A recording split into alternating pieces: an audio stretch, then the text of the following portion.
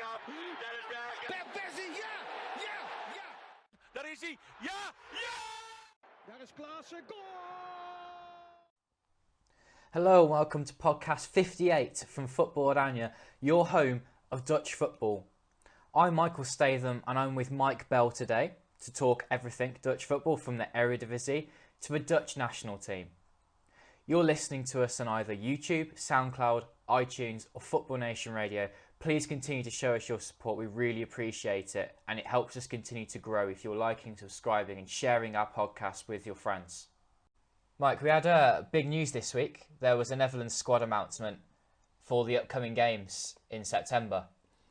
And I was wondering what you thought about this squad and should there have been more names included in the squad? Because I know for myself that I was looking forward to seeing Calvin Stengs included in the squad, Myron Boado too, but they've been left in the under-21 squad. Were you disappointed like me? Yeah, I was very disappointed in some of the choices that Koeman's made.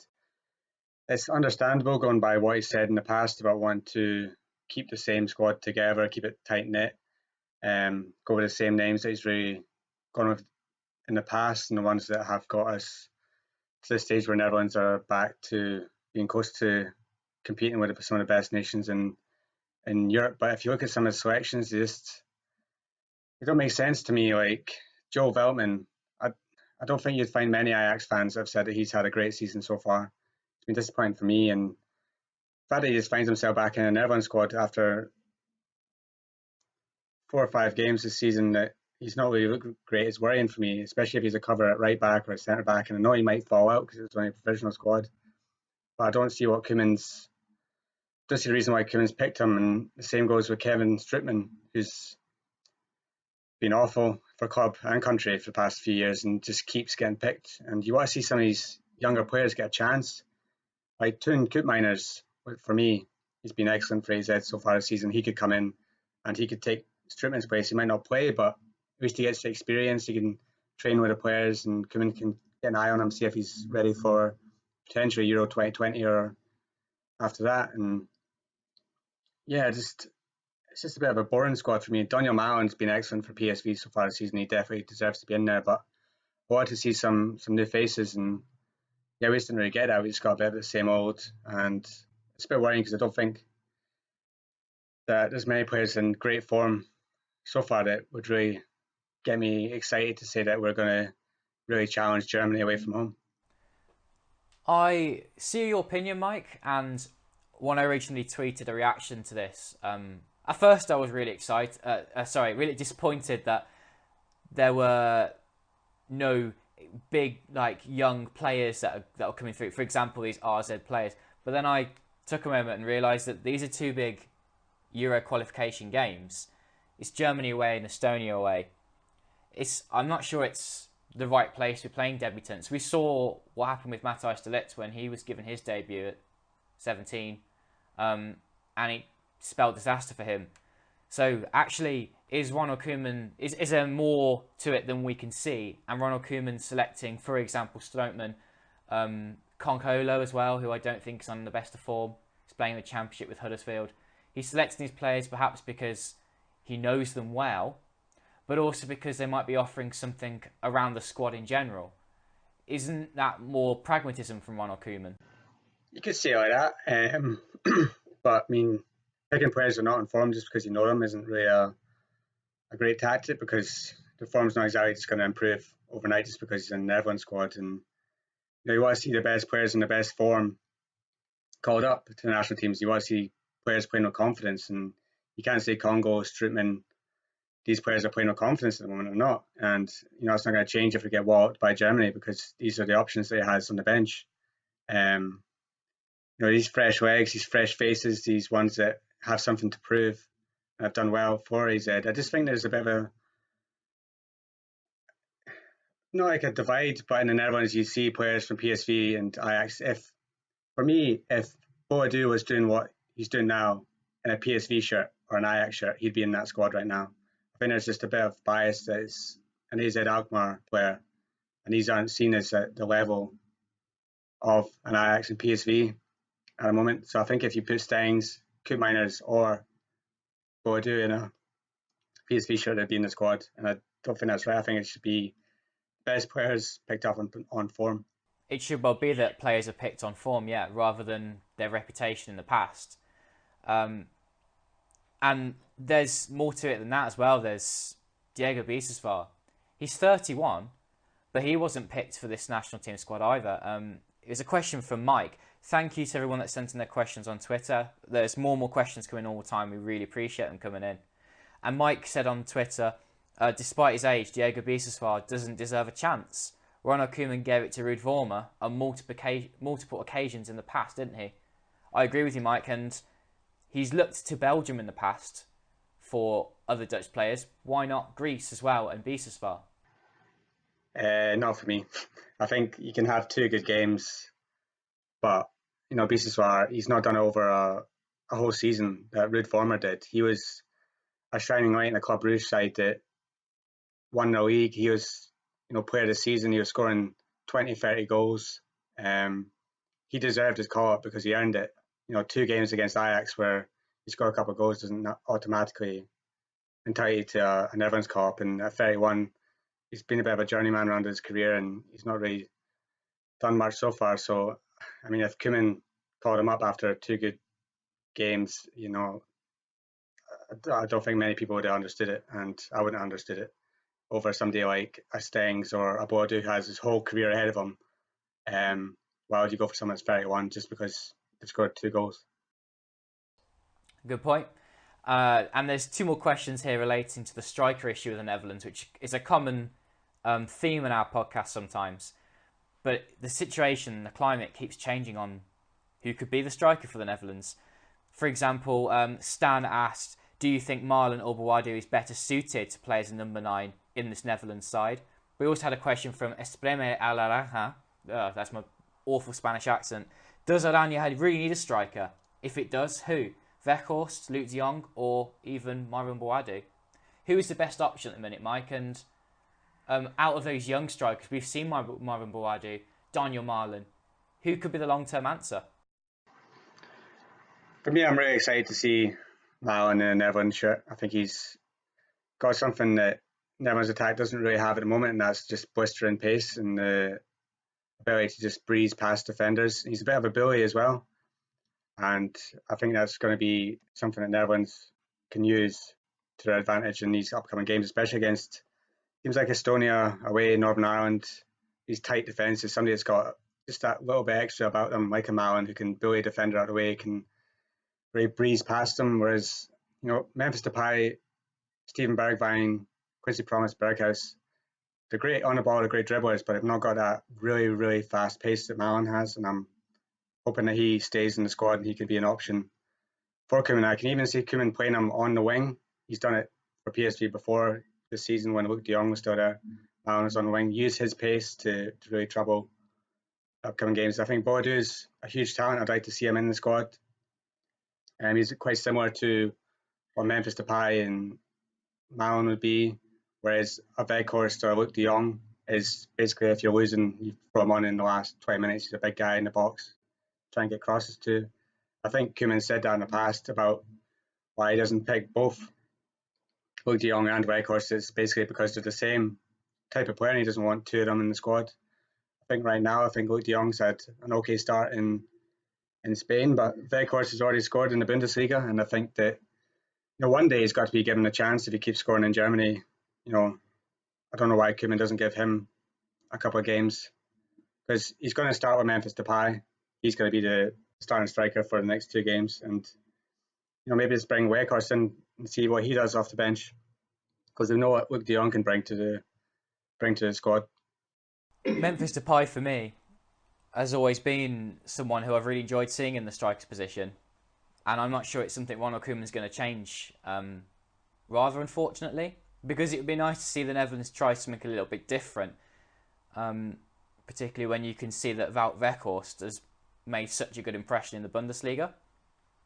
It's a shame we can't see him given a chance, because you could build a whole different Netherlands side around Weghorst. It's a different kind of striker, and he's proving how important he is with his style of play in Germany. So why Why can't we see something different there? Well, I think Koeman's kind of hinted at it with his squad choices already, that he's sticking with what he knows and he's not going to change much about the formation. Now, even though he did in the past, Koeman did originally play 5 at the back, but now he's got the Netherlands' confidence back and in the way that they can attack with their pacey forward players. I think the 4-3-3 is the way forward.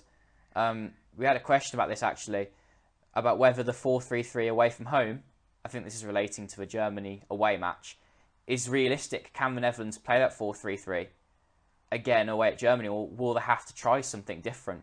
It's a tough match.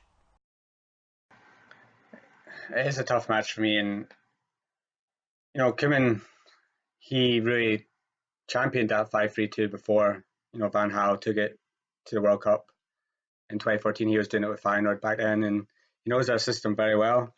And this Germany side, it wasn't the same one that Netherlands faced before. This Germany side's got a bit more confidence about it. It's got a lot of young talents coming through, and you saw in the reverse fixture when they won in Amsterdam. It's going to be a big test for Netherlands, this one. And 4-3-3, if he lines up with that, it's a signal of intent that he's planning on attacking Germany. And that's what Netherlands fans are going to want to see, because there's no point in sitting deep against this Germany side and just going and taking a loss. So I'd like to see him stick with 4-3-3, because that's basically after the Germany game. Netherlands going to be playing against sides that really should be beaten. So there's no point in changing the tactics for one game and then reversing it for sides like Estonia, Northern Ireland. These games, the Netherlands should be hoping to break down his defences. So if he goes to 4-3-3, it's a signal of intent that he's going to Germany to try and get a result and a win and stick with it, because it worked before and it can work now. Just needs to hope that Germany have an off night that night. Question from Abdul here. Do we expect any changes in the starting lineup of the Netherlands? For me, the only one would be on the wing side. So I think Memphis will start up front, and you've got Bergwijn. I expect him to start, and then Koeman really needs to decide who lines up in the other one. If it was going to be, say, for instance, Ryan Babel or Quincy Promes, or who I want to see, which is Malen, give him a start. That's the one I would like to see. But other than that, I think it's pretty much nailed on what his starting lineup's going to be, especially now that Donny van de Beek is out injured. Yeah, we're unlikely to see a change from the team that lost in the Nations League final to Portugal. And it was Celestin in goal. Blintz was at left back, Van Dijk and De Ligt at centre back, Dumfries at right back. De Roon and Frenkie de Jong were in midfield, along with Wijnaldum, who was slightly further forward. Babel and Bergwijn in the wings, and Depay up front. I think to point about Babel and Malen perhaps in the left wing. Marlen's an exciting choice, and I think he'll be given a chance against Estonia. I think it's one of those where Babel's probably going to play for his experience and defensive work rate down the left-hand side to work with Blint. But just wanted to point out at right back, Mike, Denzel Dumfries. Before we started the podcast, we're having a little chat about him because he's the undisputed starting right back for the Netherlands, and he does play every week for PSV. But we were saying, weren't we, that maybe he hasn't quite kicked on for PSV, and we were saying, oh wow, he's got the potential to be the regular Netherlands left back. He does this good, that good, but now his position's a little bit at risk, isn't it? Yeah, I mean, for me, he's just not really learned as quickly how to defend as I was hoping.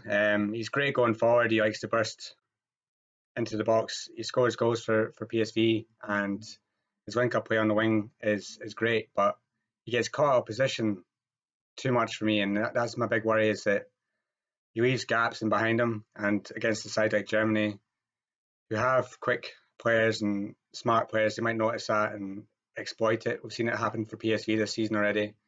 In the Europa League, there's a few times where Dumfries has been caught out, and I just want him to learn a bit more, defensive nous, because then I think that's just what's missing from his game, and what could separate him from being, really, really top class right back is just learning when not to go forward and when to just sit deep and protect the back four.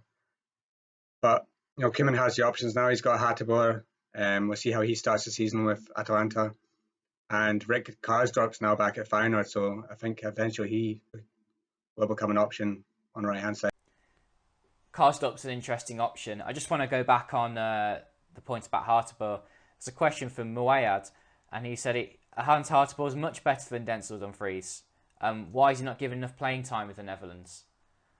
I think that's a little bit harsh. I'm not sure. Have you seen something from Hartlepool, Mike, to suggest that he could be the starting right back? I can't say I've watched a lot of Atlanta games.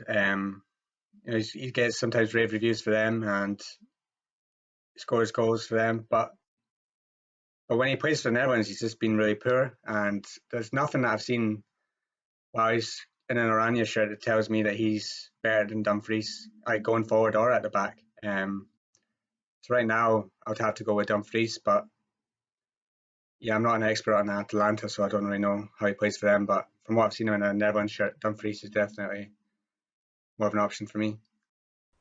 Asarik Karsdorp, he had a tough spell in Italy, didn't he? Tough injuries, but he gave a rather revealing interview, didn't he, about how he found it so difficult to play in Serie A and for Roma, and he didn't seem to have many friends in the squad. And I think he kind of finished that interview by saying, good luck to any players that wish to go and play abroad, because it's really tough, isn't it? Yeah, and for me, when it happened, it seemed to me to be an absolutely brilliant move for Karsdorp. He went over there as Netherlands right back. He was confident. He looked an absolute special player, but yeah, then injury problems came in. He's clearly just not integrated into that squad. He's clearly not settled there, and it's a shame to see because that could have been a great move for him. And now he's back in the Netherlands, back where he knows he's popular at Feyenoord. He's loved by the fans. He's a real club boy there, and I think he's going to do really well this season. I would not be surprised. Not in this squad. He's not in this squad because he's getting back to full fitness. But the next time, I wouldn't be surprised if Koeman names him in the squad. He's working really hard and he's getting his fitness back with Feyenoord. Yeah, it's good to see, and let's hope that he gets back to his 100% very soon. One last question about the Netherlands then, before we talk about more Dutch club news. It's from Martin. Should we read into Matthijs de Ligt not playing his first game for Juventus? For me, no. Juventus have Bonucci and Chiellini as their centre-back duo, and the Italian press haven't been very nice about de Ligt's performances in pre-season so far. I think it's maybe just a bit of a wake-up call from their coach to be like, look, you need to try, when you're placed in my squad, I'm not just going to give you the starting spot because we paid 75 million for you. And I think that's good for de Ligt. He now knows that he's got two world-class centre-backs to compete with, and he needs to bring his top form, because if he doesn't, then he's not going to get into the side. And I think that can only be a good thing, because if he had just been given his debut after some poor performances in pre-season and made a mistake, it could have been confidence shattering for him. So I think it's the first game of the season. If it gets to November and December and de Ligt's still on the bench, then yeah, it is a bit worrying, but right now I wouldn't be too worried about it.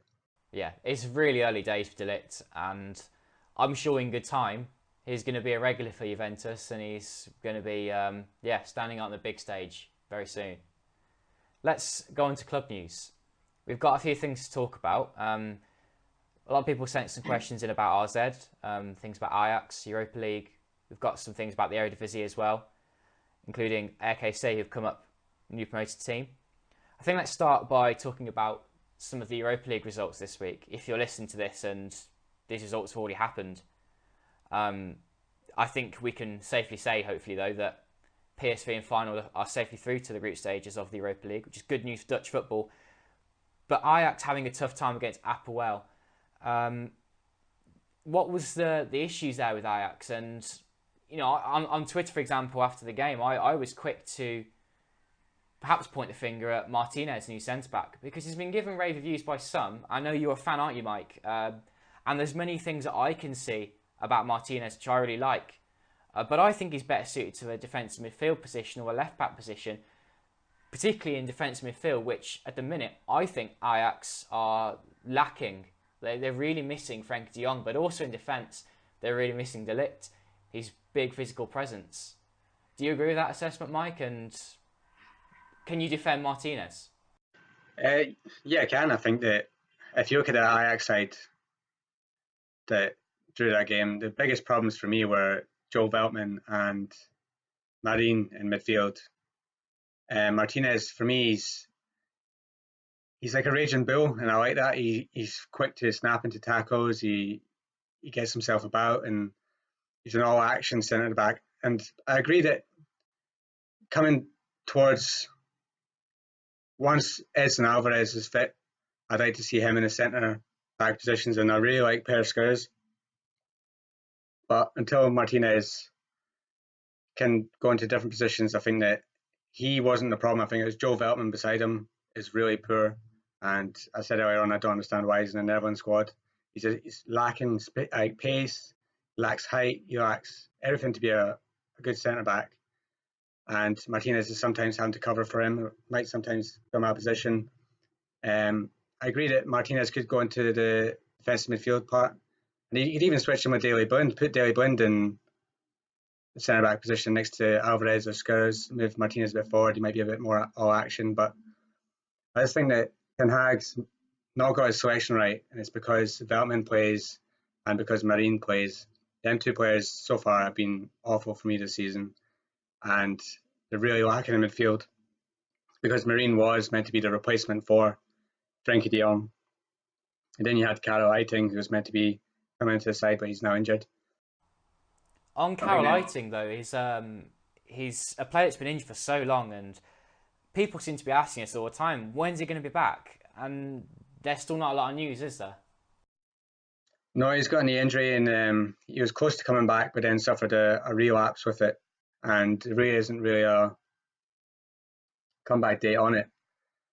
I don't think Ajax want to rush him back because he's such an important player for them, and he's such a talented youngster that they're just going to let him get back to full fitness.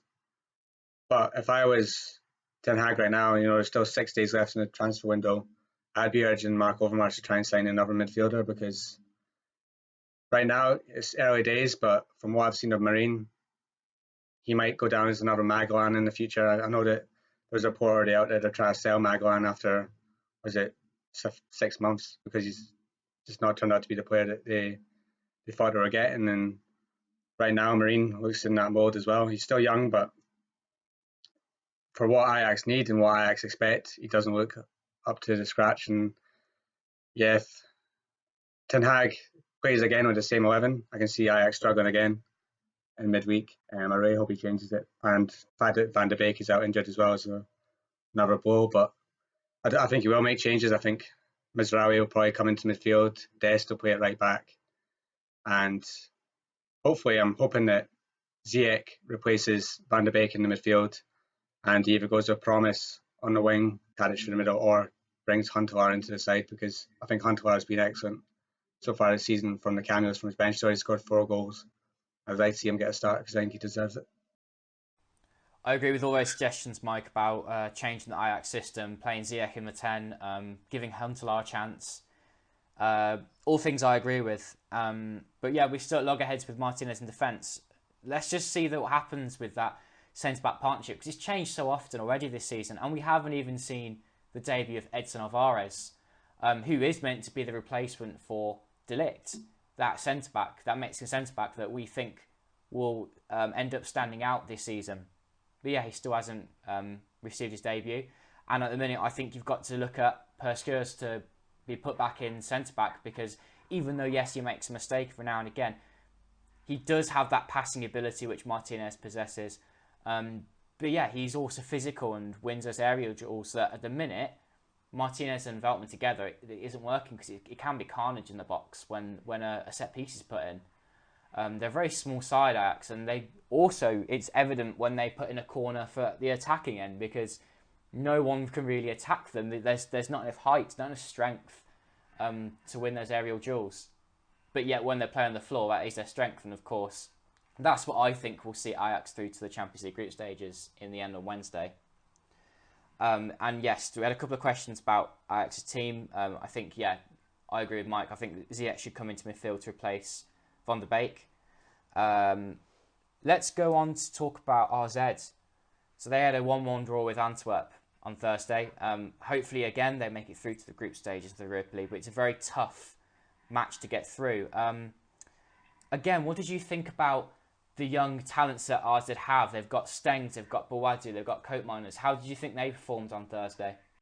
I think they were frustrated. I think that Antwerp are a very experienced side. They've got some very, very good players in that squad, and I think AZ overall had the better chances in the game. It's just a few of them were missed. I know Stengs came close a few times. Bawadu came close a few times before he eventually scored. I think the red card definitely played a part in AZ coming back into the game and getting a draw. And yeah, we said it before in the preview podcast that Antwerp were no mugs in this tie, and it was really 50-50, and that's what it proved to be on Thursday. It's 50-50, and again, the return leg is going to be 50-50. I think the good news for AZ is because of these attacking talents that they have, the Idrissis, the Stengs and Bawadu, they're perfect for a counter-attacking game. So if Antwerp try and open up a bit, which they didn't really do against them in the first leg, if they go on the attack, that opens up the space for AZ, and that could really work to their advantage. So I hope that AZ can make it through on Thursday. It really just depends on them getting an away goal, which is needed now. But if they can hit them on a counter-attack, Bawadu and Stengs can take their chances this time, then there's a chance. But yeah, Antwerp look a very decent side. They do, but so do AZ, and I think that they're going to show a lot of promise this season and fulfill this potential that they have. It's a small squad at the minute, but I think a couple more signings will be coming in to thicken that squad out, to give them that push for a top 4, top 3 spot. And yeah, they're in for a good season, but the stadium situation is going to hold them back, isn't it? We had a question from Rahul actually asking about the situation of the AZ Stadium. I don't know what you've heard, Mike, but I did see one thing on Twitter which suggested that they were going to take off the roof which has partly collapsed in Alkmaar, and so they could play in the stadium again by around Christmas time. And then what would happen is in the summer after, so at the end of the season, they would replace the roof and change the stadium a little bit and alter it for the start of the next season. So it sounds like AZ could be without their stadium until Christmas. Yeah, that's my understanding of it. Yeah, it's going to take a while to get it playable again. It's going to be at least a few months. And, it's going to be a long-term job for them to try and get it, completely fixed. And it's a blow for the club because, AZ have ambitions, and this is money that they don't want to spend on, repairing a roof that could have been reinvested in other areas of the squad. And, it's a shame for them, and it's really going to hurt them because they're having to jump from stadium to stadium, which ones that are available. They started in Den Haag Stadium, and now the last one was played in Enschede for FC Twente Stadium. It's not ideal for the fans because on Thursday night it could have been a really good European night in the AFA Stadion. They would have probably filled it, whereas they only took, I think it was 4,000 fans down to Twente Stadium, which holds 30,000. So the atmosphere just wasn't there, and that's going to hurt them in these sort of ties. And it's going to be tough because they're basically playing on neutral ground until they can get their stadium back, and it's not going to help them break into the top 3. And it's not going to help them if they do get through in this tie and into the Europa League group stages. I feel more sorry for the supporters here because, yeah, they're season ticket holders that can't make it across the country, especially if you're not in the best of health or a particularly young age. You're not going to be able to get around the country to watch your team play when you've probably already paid good money for it. I don't know what's going to keep happening as well. I think the squad are going to get exhausted by travelling around more than they should be. It's a novelty for the time being, going to play in Ardo's and Twente Stadium, but that's not going to last. And I wonder for how long they can keep switching stadiums and who will give them the home more over the season. I wonder if they're going to end up back maybe in Ardo Stadium. It's a little bit closer, I think, than Enschede. What do you think about where Alkmaar is in the Netherlands? Yeah, but it's a tough for AZ, and it's a shame because they have such a promising young squad, which drew 0-0 with Groningen the other day, and it's just a matter of time, I think, before we see more games like this where actually they're a bit frustrated, a bit exhausted because these young players are having to play game and game again. Next question, Mike, we had was relating to the Eredivisie. It's a very good one. It's from Jordan. He wants to know who the best signing in the Eredivisie this summer has been so far from what we've seen. Yeah, for me, it's a difficult one because it's so early in the season. Some of these games I've only seen 3 or 4 times. But there's some players that have stood out for me that I think have been really good signings so far. And I've already mentioned them so far, but Martinez, Ajax, I think eventually he'll be a top class signing for them, whether that's a left back or in midfield. But I think that he's a very good signing, and I think the Ajax scouts have done a really good job there to notice him and bring him in. I think eventually he'll be talked about in the same way that Tagliafico is, and then he'll be getting linked with moves to bigger clubs. Number 2, Nakamura at FC20 turned up as a bit of a reputation as one of the best young Japanese talents, and it was a bit of a surprise that FC20 managed to loan him, and you can see why, because I've been really impressed with him so far in their games. He scored a couple of great goals, and I'm excited to watch him for the rest of the season. And Vitesse have been good so far, and I really like the fact that Bazor's in the midfield is getting another chance, and he seems to be taking it. And I've really enjoyed watching him play so far. I know he got that stupid red card in the first game, but I think he's really added something to that midfield, a bit of steel, and I really want to see him get back to his potential. I think he can do that in Arnhem. I think if he gets the game time, gets the confidence, then we could see the player that we thought was there emerge. And yeah, so those 3 have been the signings so far, but then there's other signings that could eventually rise up, say Bruma at PSV, or ones at Feyenoord that you're about to talk about. Yeah, indeed. There's a couple that I was thinking of, but the one that's made an instant impact, and bear in mind he was a free transfer, Leroy Fair, coming in from Swansea, because we saw it in the past loads with Twente, how much of a bully of a midfielder he can be. But also in the Premier League, yeah, he did get relegated a few times, but not always his fault. And when he's on form, Fair is a great midfielder you can offer it all round, but particularly with his work rate and his leadership, he wins the ball back so well, and he scored 2 goals the other day for Feyenoord as well, which is going to help them qualify for the Europa League. I think he's been a good signing for them. I don't think it's the most imaginative of signings. I think Feyenoord scouting sometimes gets a bit of criticism, which it does deserve. They don't look very far for their players. But Fair's been, a free transfer and already looks like a permanent fixture in this midfield. He's rising above to the level he was kind of performing at before.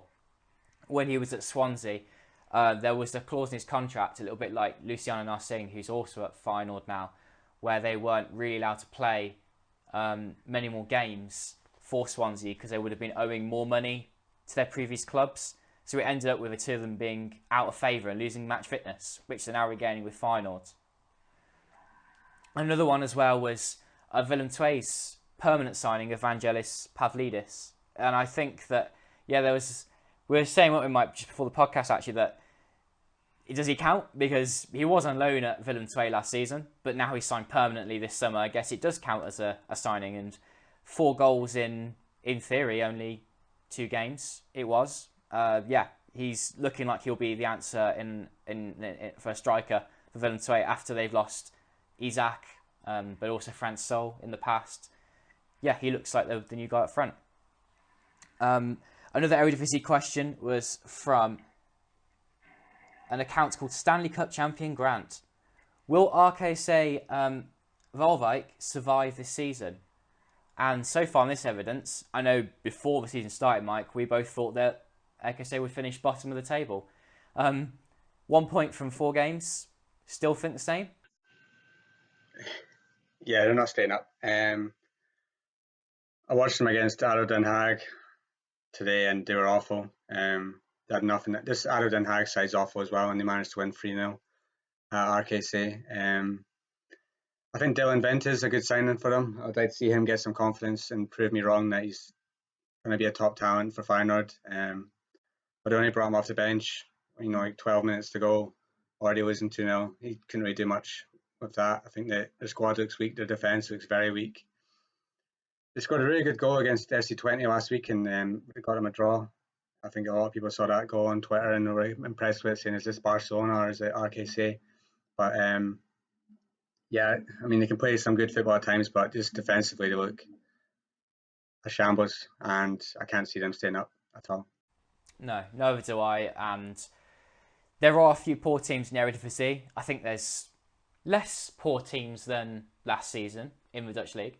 However, yeah, I think RKC are worse than some of the teams that have been in here for a few years.